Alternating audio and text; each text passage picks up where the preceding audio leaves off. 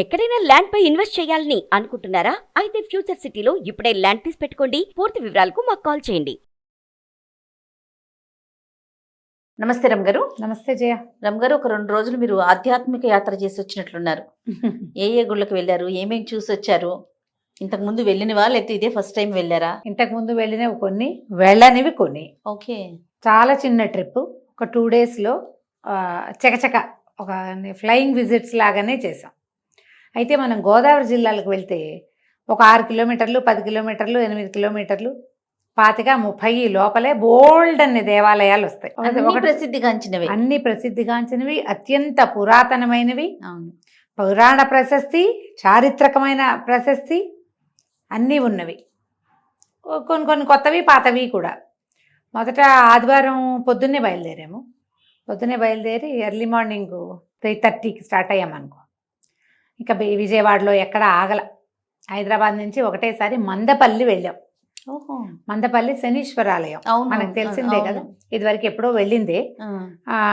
పెద్దగా అంటే అక్కడే ఉన్నది, తప్పకుండా ఒకసారి దర్శనం చేసుకోవాలి అని చెప్పి మేము వెళ్ళేసరికి ఇంచుమించు చివరి సమయం అనమాట. 11, 11:15 అలా అయ్యింది.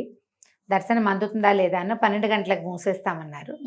మనకు అవకాశం ఏంటంటే కావాలంటే కూర్చుని అభిషేకం చేసుకోవచ్చు, మందపల్లిలో కూర్చుని అభిషేకం చేసుకోవచ్చు. లేకపోతే ఈ శనీశ్వరుడి మీద అంటే ఏమనాలి, ఏ శివలింగాన్ని శనీశ్వరుడు ప్రతిష్ఠ చేశాడని శనీశ్వరుడి స్వరూపంగా చెప్తాము, అక్కడ మనం విడిగా ఇట్లా బయట నుంచి నూనె పోస్తే అది సరాసరి వెళ్ళి ఆ శివలింగం మీద పడుతుంది. మన చేత్తో మనమే పోసుకోవచ్చు, గోత్రనామాలు చెప్పి అర్చన చేయించుకోవచ్చు. కూర్చుని సాంగంగా మనకి ఏదైనా శని దశలు, విదశలు, అంతర్దశల్లో శనీశ్వరుడు ఉంటే గనక కొన్ని పనులు కదలవు. అవునండి, అవును. ఏ పని అవ్వట్లేదు అలా అనిపించినప్పుడు మనం కూర్చుని అభిషేకం చేసుకుంటే మంచిది. విశేషంగా మన మందపల్లి కథ ఇదివరకు చెప్పుకున్నాం ఛానల్లో, మన దగ్గర ఉంది.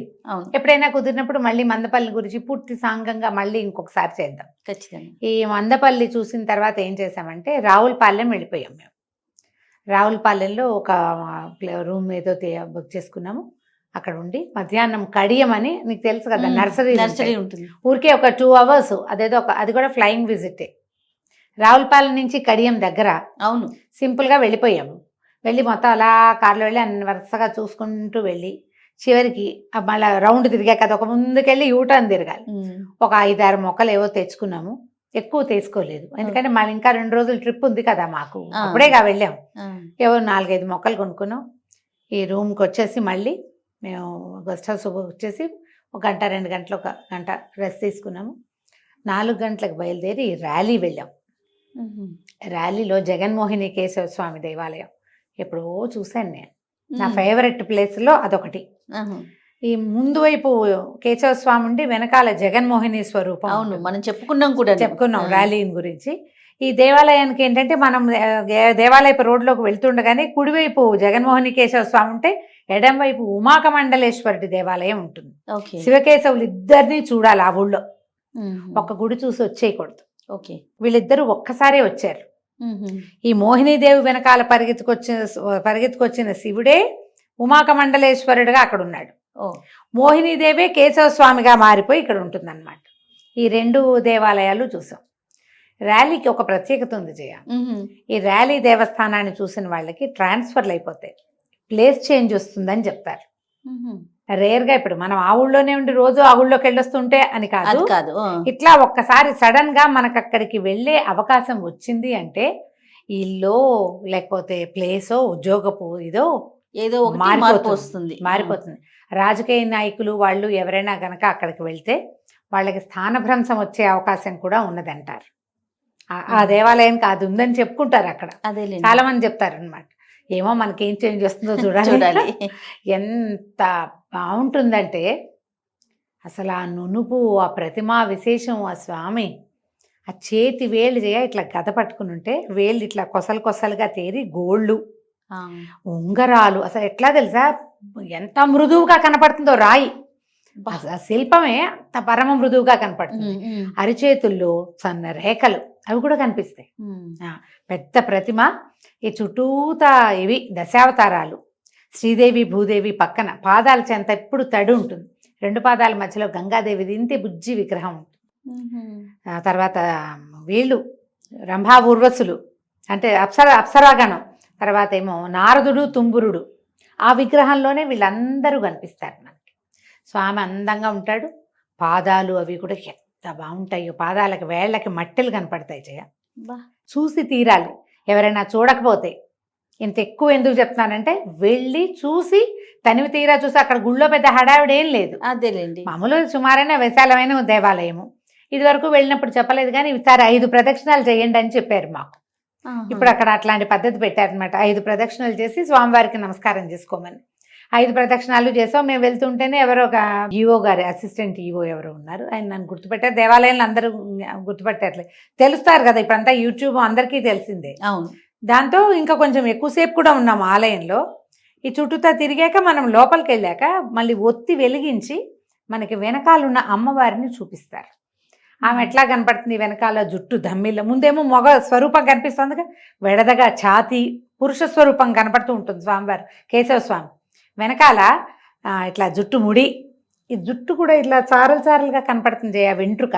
అబ్బా. ఈ జుట్టు ముడి మధ్యలో ఇంత చామంతి పువ్వు బిళ్ళ, అక్కడి నుంచి భుజాలు అవి షేప్ అంతా స్త్రీ స్వరూపంగా కనపడుతుంది.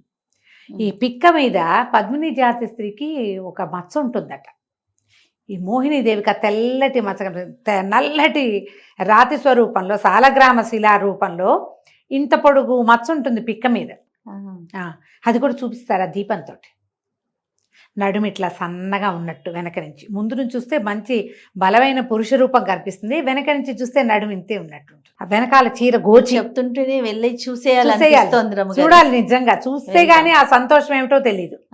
గోచి, దోపిన గోచి, తర్వాత ఏమో ఇట్లా చీర వెనకాల ఏంటి కుచ్చి ఇట్లా వెనక లోపలికి పెట్టుకుంటారు కదా స్త్రీలు కట్టుకునే కట్టు. అక్కడి నుంచి ఈ పాదాలకి ముందు స్వామివారి పాదాలు అవి చూసాము మనం, వెనకాల పాంజేబు కనపడుతుంది ఒకటే శిలలో. ఎలా చేశారో అద్భుతం. అదే స్వయంభూగా స్వామి అట్లా వెలిసాడని అంటారు. స్వయంభూగా వెలిసాడు, లేదా ఎవరో వల్ల ఎవరు మానవులు చెక్కింది అయితే గ్యారంటీగా కాదు, ఏ దేవశిల్పో ఆ ఊహ చేసి అట్లాంటి స్వరూపాన్ని నిర్మించారు. ఊహా నిర్మితమే అది. నున్నగా చెంపలు, అవి బుగ్గలు మెరుస్తూ, చిన్న నవ్వు, అద్భుతంగా ఉంటుంది. అసలు మెడ మీద చార కూడా కనపడుతుంది ఆ విగ్రహంలో. చూడాలి అసలు ఖచ్చితంగా రమ్మగారు. ఆయన్ని దర్శనం చేసేసి కాసేపు దేవాలయంలో కూర్చుని అక్కడి నుంచి వాడపల్లి వెళ్ళాం మేము. వాడపల్లి వెంకటేశ్వర స్వామి దర్శనం. ఈయన్ని ఇప్పుడు మనకేమో ఆ తెలంగాణలో ఉన్న వాడపల్లిలో శ్వాస నారసింహుడు, అగస్త్యేశ్వర స్వామి 2 దేవాలయాలు ఉంటాయి. అది ఎక్కడుంది, మూసీ కృష్ణా నది సంగమ ప్రాంతంలో ఉంది. మనం ఇక్కడ నుంచి హైదరాబాద్ నుంచి గుంటూరు వెళ్లే రోడ్ లో కనపడుతుంది. అవును, ఆ దేవాలయం గురించి చెప్పుకున్నాం. శ్వాస నారసింహుడు స్వామివారి శ్వాసకి దీపాలు కదులుతూ ఉంటాయి. ఇక్కడ వాడపల్లి ఏంటంటే కోనసీమ తిరుమలగా చెప్తారు, కోనసీమ తిరుపతి. ఇది కూడా చాలా పెద్ద విశాలమైన వెడల్పాటి పెద్ద దేవాలయం. పెద్దగా చరిత్ర నాకు అవగాహనకి రాల, కానీ చక్కగా ఉన్నాడు స్వామి బాలాజీ, చక్కగా ఉన్నాడు. పెద్ద చాలా ఎత్తైన స్వరూపం కాదు, దేవాలయం కూడా ఎంత చక్కగా కుదుమట్టసంగా ఉండి చతుర్మధ్యంగా మధ్యలో స్వామివారు ఉండి చుట్టూతా చక్కగా తిరగడానికి ప్రదక్షిణాలకి దానికి మంచి అవకాశం ఉంది. దేవాలయం బాగుందన్నమాట. ఎంత ప్రాంగణాలు పెద్దగా ఉన్నాయి, ప్రాంగణం పెద్దది, పెద్ద ప్రాంగణము. వెళ్ళే దారి అవి అప్పుడేం బ్రహ్మోత్సవాలు అయినాయి. మేము భక్తి టీవీలోను మరి దీని హిందూ ధర్మంలో చూసామన్నమాట, న్యూస్ ఛానల్స్ లో కనపడుతున్నారు. బ్రహ్మోత్సవాలు మొన్నే అయినాయి. బ్రహ్మోత్సవాలు అయిన 2 రోజులకి వెళ్ళినట్టు అనమాట మేము. ఈ మా రాజకీయ నాయకులు అక్కడికి వచ్చినటువంటి చాలా మంది ఫ్లెక్సీలు గిక్సీలు అన్ని బోళ్ళని కనపడ్డాయి. బ్రహ్మోత్సవాలకు చేసిన దీపాలంకరణ కూడా అలాగే ఉంది, ఇంకా తీల. వాటి మీద నుంచే వెళ్ళాము, చక్కగా దర్శనమైంది. రాత్రి మళ్ళీ రావులపాలెం వచ్చేసి మర్నాడు పొద్దున్న ద్రాక్షారామం వెళ్ళాలన్నది ప్లాన్. ఎప్పుడో వెళ్ళాం ద్రాక్షారామంకి, చాలా కాలమైంది. ద్రాక్షారామం మనం పంచారామాల్లో చెప్పుకున్నాం కదా, 2 అంతస్తుల్లో ఉంటుంది శివలింగం. ఈ ద్రాక్షారామం వెళ్లే ముందు మేము ఇంకొక ప్లేస్ చూసాం జయ. యాక్చువల్గా కార్తీక మాసంలో ఈ ప్రత్యేకమైన దేవాలయం చెప్పాల్సిందే అనుకున్నాను, ద్రాక్షారామంతో ముగించేస్తా. ఈ వెళ్లే దారిలో కోటిపల్లి అనే ఊరు వెళ్ళాం మేము. ఈ కోటిపల్లి ఏంటంటే నిజానికి పల్లి కాదు, దాని పేరు కోటిపల్లి. ఇక్కడ ఏం చేసినా 1,000,000 సార్లు చేసినంత ఫలితం ఇస్తుంది. అబ్బా, ఏం దేవాలయం అండి? ఈ శివాలయమే అది, ఛాయా సోమేశ్వర స్వామి దేవాలయం. ఎంత బాగుందంటే జయ గుడి, బాబా ఎదురుగుండా పెద్ద చెరువుకి ఆపోజిట్ లోనే శివాలయము, పరమ పురాతనమైనది. అక్కడ అత్యంత చిన్న శివలింగం ఉన్న దేవాలయం ఇది. ఆంధ్ర రాష్ట్రంలో అతిపెద్ద శివలింగం ఏమో ద్రాక్షారామం. అది సూర్యుడు ప్రతిష్ఠ చేశాడు. అవును, సూర్య ప్రతిష్ఠగా చెప్తారు. ఈ కోటిపల్లిలో ఉన్నటువంటి ఛాయా సోమేశ్వర స్వామి దేవాలయంలో ఉన్న స్వామి అతి చిన్న శివలింగం. వేలు చూపిస్తున్నాను చూడు, చిన్నది, ఇంతే, చంద్ర ప్రతిష్ఠ. అబ్బా, అందుకే సోమేశ్వర స్వామి అదేలే. ఇంతే. అక్కడ ₹1 దానం చేస్తే కోటి దానం చేసినట్టు, ఒక్కసారి పంచాక్షరి చేస్తే కోటి సార్లు చేసినట్టు, ఒక్క నమస్కారం కోటి నమస్కారాలతో సమానం. అంత విశేషమైంది అది. ఆ గౌతమి నది తీరంలో ఉన్నట్టు గౌతమి పాయ ఉన్నదన్నమాట. అసలు ఊరు కూడా ఎంత చక్కగా ఉందో, బుజ్జి ఊరు. అసలు అన్ని పక్కల నుంచి గుడికి దారి తీస్తుంది. చిన్న పొన్న చాలా దేవాలయాలు ఉన్నాయి ఆ ఊర్లో. ఏ జిల్లాలోకి వచ్చింది రమ్మగారు? కోనసీమే. కోనసీమలో గోదావరి జిల్లాలోనే అతి చిన్న శివలింగం అనమాట. చాలా బాగుంది. ఈయన మధ్యలో ఈయన కోటేశ్వరుడు, ఛాయా సోమేశ్వరుడు, తర్వాత ఏమో సిద్ధి జనార్దన స్వామి. జనార్దనుడు కూడా ఒకే గోపురం కింద శివకేశవులు ఇద్దరు కనిపిస్తారు మనకి.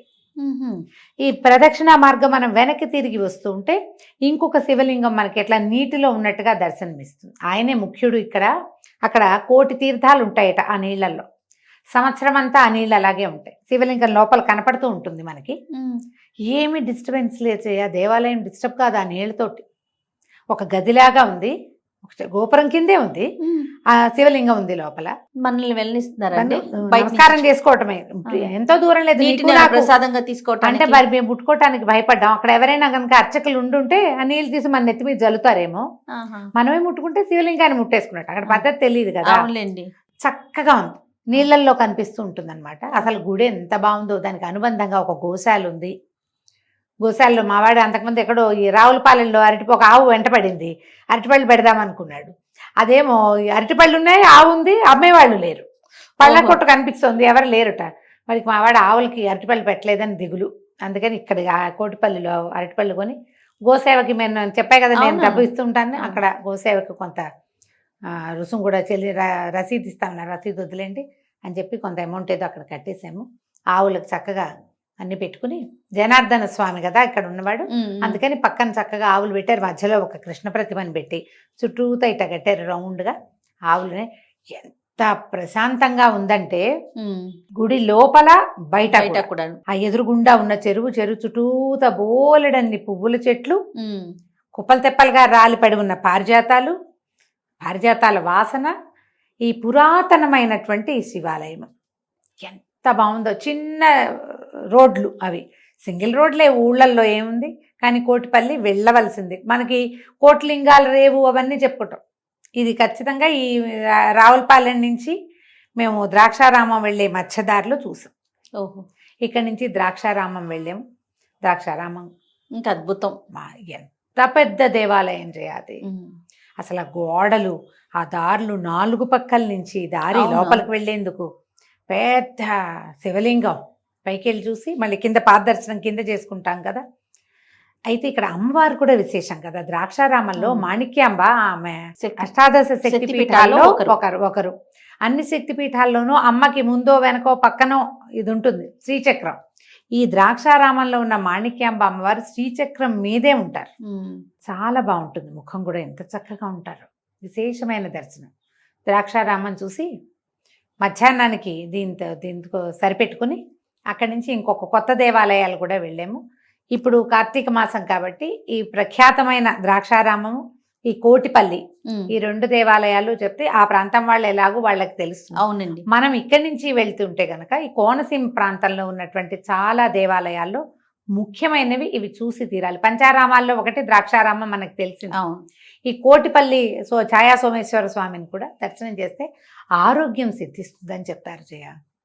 స్కిన్ ఇష్యూస్, మనకి చర్మ సంబంధమైన వ్యాధులు ఉన్నవాళ్ళు, మానసిక సంబంధమైన సమస్యలు ఉన్నవాళ్ళు చంద్ర ప్రతిష్టలు ఎక్కడ ఉంటే అక్కడ దర్శనం చేయాలి.